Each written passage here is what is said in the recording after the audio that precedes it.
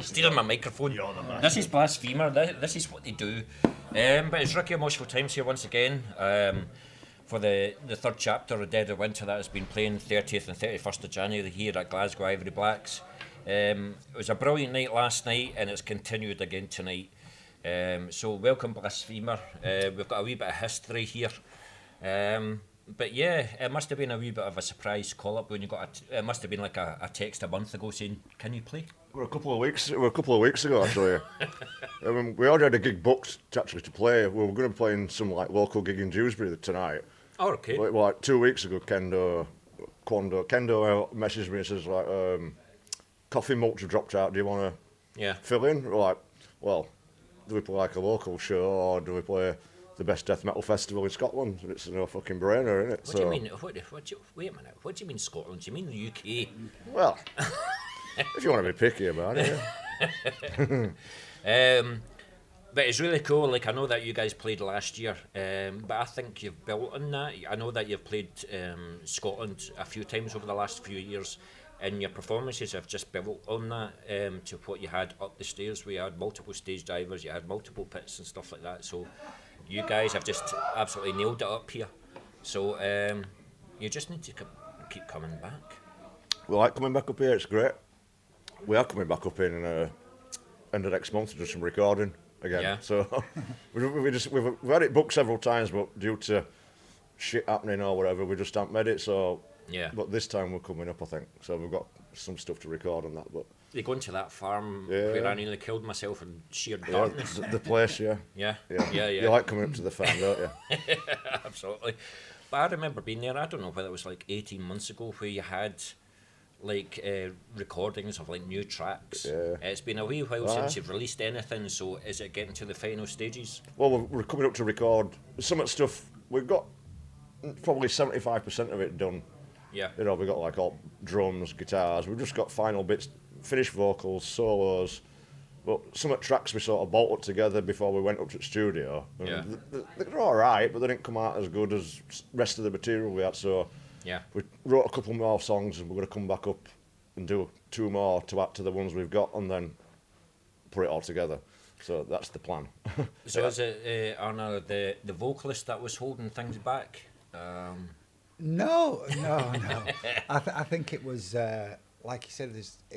We weren't 100% satisfied with like the track you mentioned that was sort of bolted together, and we sort of just started writing some new ideas, and they were more in the same sort of vein as the ones that we liked. So we kind of developed those, and we've just been working on those. And then gigs have come up, and Dan had his stuff with MDB and stuff like that, and you know. And then it was Christmas. There's nobody holding a gun to his head to get it done.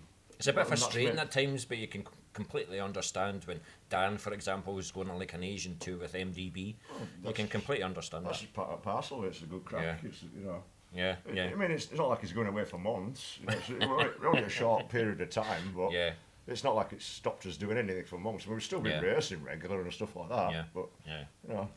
So, what would you say the subtle differences to the new material from the EP that you released 2024? I think it was. January 1st. It was just probably running in the same kind of vein as like Mark for Death and Grooming Gang sort of stuff. That's definitely that sort of a vein. Well, obviously it's not, but we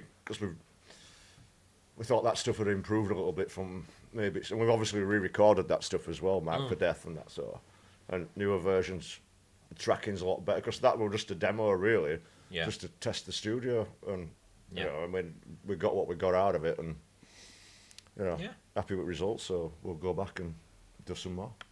And we like coming back. We like coming up here anyway to record and play. Yeah. So you know, like you said, we've you know, over the last, I was thinking about this the other day. Over the last sort of couple of years, we've been up here about 4 or 5 times, I think. You played Edinburgh a couple of times. You played Glasgow a couple of times. I would, as we were talking off air, I would recommend further North Aberdeen. Absolutely. In studio that when you did that, wasn't it? Oh, that one we were in studio, wasn't it? Yes, it was. Yes, it was. Yeah. I had to drive the following day, so I couldn't. You couldn't have any. These guys are bad influences, can I say, ladies and gentlemen? These guys have been hardcore since 1990. But what I love about you guys is every time I've seen you guys, you never put on a poor show. You're always a solid old school death metal unit. because you rely more on groove than speed and technicality. You get people moving on the floor. Yeah. You know, you give plenty of opportunities for us to move and react to the music that you guys are playing. So just keep on doing what you're doing. Well, we just like to write stuff that's more sort of straight to the point these days. You know, just meat and potatoes stuff, isn't it? Really. You know? Yeah, we try to avoid. We can play the technical stuff, but we choose not to. You know, because there's a lot of bands who do it and they're playing a million notes. And when you're playing, you know, it's over a big PA and a lot of stuff goes missing. And it's just meat and potatoes, something you can just lock onto pulse and stuff. Absolutely. You know, and it does the business, and it's not too flash, it's not clever, it's just how you bolt it together, I guess. You know what I mean? Yeah. Not say that we do it right, but we just do what we do, how we do it. And I've yet to see you play a guitar solo where you're going. you don't want to hear my fucking guitar solo. You know. Yeah. Yeah. He'll do one of those on the next album. It's improvised. No, he won't. It's sort of in ballpark of what I recorded, but it's You don't put it under a microscope, but I'm not the fucking solo guy. He's the solo guy. You're not going to be like Motley Crue, are you? You're not going to have like backing tapes or anything like that, are you? No. That's fine. That's fine. No. But you guys are never shy to a gig and things like that. So are you going to concentrate on writing the next album, EP, whatever, or are you more than happy to play gigs? Have you got any gigs coming up in the near future? Well, we didn't have any at all till a couple of weeks ago, and then all these gigs sort of just fall out of the sky. Yeah. We got offered. We did that one in Hull last week with Impurist. How was that? That was good. Really good. How was? I need to ask. How was Penny Coffin?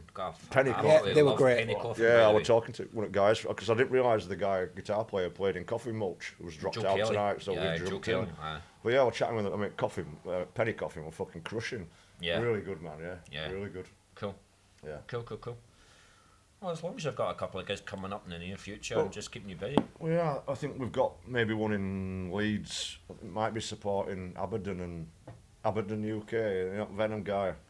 Yes, I know. Yeah, Yep. it might be something like that. Yeah, but other than that, that's not till March, is it? But No, but I mean, the plan was at the start of this year to start get all this album stuff. yeah, the finished plan off. was to get the album. But then finished. all these gigs started, so we have to start rehearsing for those. So it's juggling it all, but the album will get done this Are year. you trying to say that men can't multitask? What, you think we're men? Absolutely. I thought we were still kids. Absolutely. But I need to see your merch table. I do have a couple of long sleeves tops, and I do have your CDs and things like that. But I need to see if you've got any. Have you got anything new up at the merch table? Did you bring anything new? No. I know that you Oh, didn't have a lot of just time. help yourself. I like them. Take whatever you want. If you want to Do you share know? one, just get Do one. you know what the problem is, Mass? I shouldn't listen to the other band members. I think you're a good guy. I shouldn't listen to what these guys are saying. I can be a cunt like anybody. But, you know. But whenever you've got a decent sounding MP3, whenever you're ready to release something, you know exactly where it's going to be played. I'm more than happy to talk to you fuckers anytime.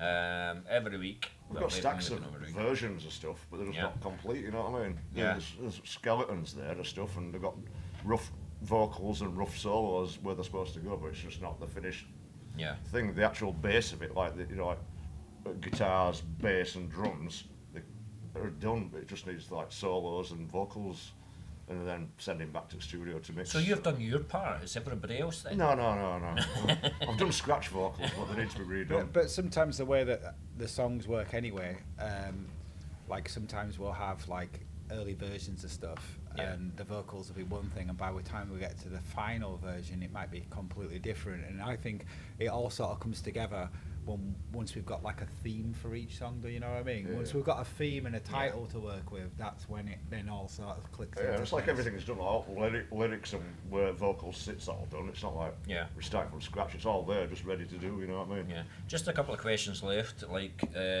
you've obviously got a grooming gang and things like that. Is your lyrical concept still about the things that are happening every day? Yeah. It's more vicious this time. Is it? Yeah. Well, it's a mix, isn't it? Have you written something about the Epstein files or something? We haven't done Epstein. No, yet. not yet. Not yet. We've done a few people, haven't we? Yeah, we have done a few people. Yeah. Wayne Cousins, wasn't it? Yeah.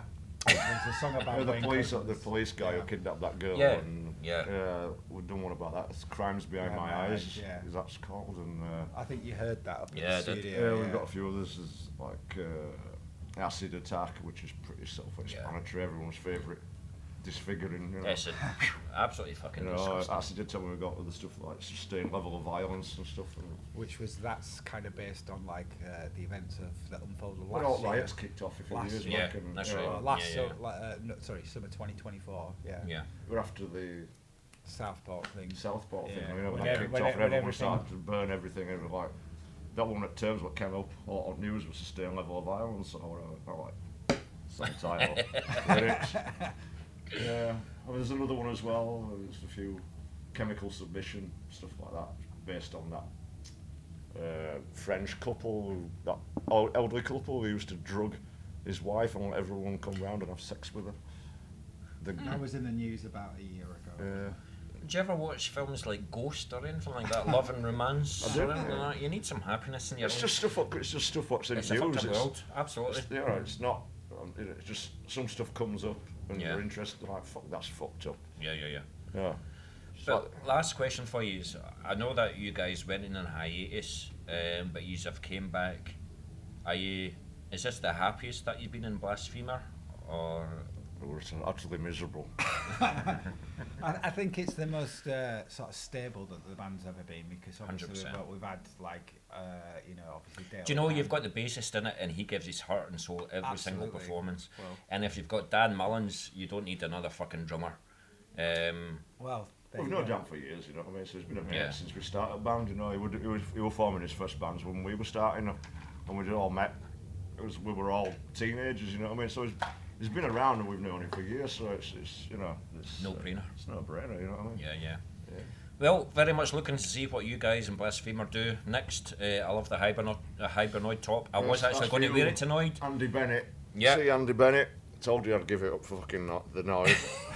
Hibernoid, check him out, fucking great band. I've worn it in a good couple of interviews. In fact, I wore it to the interview that I did with Kenny, the two Kennys in Dead of Winter. So it's just amazing how obscure bands from the 90s still get recognition. They might get like a obscure Mexican record label saying that they want to release your first demo and stuff like that. We played with Hibernoid years ago. Aye. About 94, wasn't it? Or something? I think that was in somewhere like Bake Up Yeah, or it was something Bake like Up or that, somewhere, or wasn't it? Or somewhere in Cole or Lancashire, somewhere. it was Yeah. in the middle of No, I nowhere, think it was yeah. in Bake Up. If my We memory played with serves me Hibernoid. correct. I used to write to him all the time back years ago. They used to record at Academy. So I've always as been in well, touch with him because I've always Yeah. really liked the stuff. Yeah, so. yeah. The good thing is I speak to Andy and he's telling me like he's picking up the guitar again because of the recent interest, and his son plays the drums. So he said maybe things aren't quite finished yet. I hope they come back. I've always liked them. I love Hibernoid. Yeah. I keep badgering him, you know, just record stuff at home. He's got all gear. Yeah. I'd love to see him write some new stuff. I mean, he might get, you know, some other guys involved, maybe Brick or something like that, doing some screaming on it and stuff. Yeah. So let's see what happens, but we'll need to get you guys back on to do another Academy Studios Part 2. Absolutely love you guys. More than happy to talk to you all the time. Cheers, and man. wish you all the best. Cheers. Cheers guys. Thank Cheers, you. man. Boys. Thank you.